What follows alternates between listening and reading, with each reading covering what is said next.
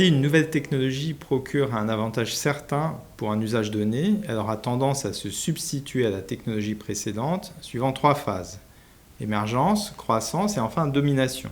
C'est-à-dire qu'elle aura totalement remplacé la précédente technologie.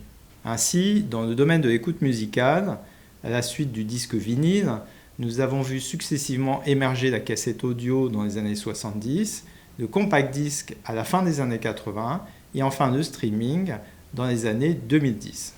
À chaque cycle, le support audio existant a vu ses ventes baisser et laisser la domination du marché au nouveau support. Notons le maintien de marchés de niche.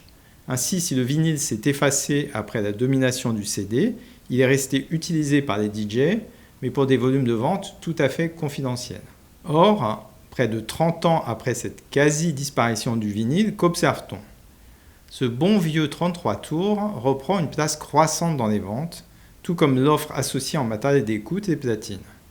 Ainsi, aux États-Unis, dès 2019, les ventes en valeur des vinyles ont dépassé celles des CD. On reste loin cependant des volumes atteints par le streaming musical. Autre indice troublant, lors des lancements de nouveaux albums, les artistes s'assurent de maîtriser la diffusion de leurs œuvres sur des supports vinyles.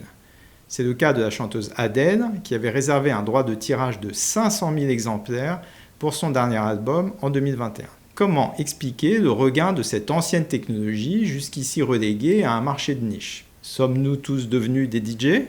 J'émets ici une hypothèse. Oui, le streaming a créé de nouvelles fonctionnalités, comme la playlist, le podcast, la portabilité, le peer-to-peer et l'abonnement à une bibliothèque quasi illimitée. Mais, en contrepartie, il a abandonné certains des attributs qui étaient liés à la matérialité du disque 33 tours. Tout d'abord, en matière de création. Le vinyle, 33 tours ou long play s'appuie sur un format spécifique. 2 faces, une durée d'enregistrement d'environ 60 minutes. Pour les artistes des années 60-70, il a façonné la manière de créer et partager la musique. On observe que les artistes d'aujourd'hui restent attachés à ce format du long play dans leur façon de composer et diffuser une œuvre. Ensuite, du côté du consommateur. Malgré les avantages réels du digital, les consommateurs semblent conserver pour certains usages un attachement au produit physique, à l'objet, avec son format, sa pochette illustrée. Un 33 tours permet en effet de satisfaire des motivations d'achat différentes, telles l'envie d'offrir un cadeau ou encore de collectionner une pièce originale. En quoi ce phénomène dans notre monde digital nous intéresse ? Il ne s'agit pas ici de militer pour la revanche d'une vieille technologie.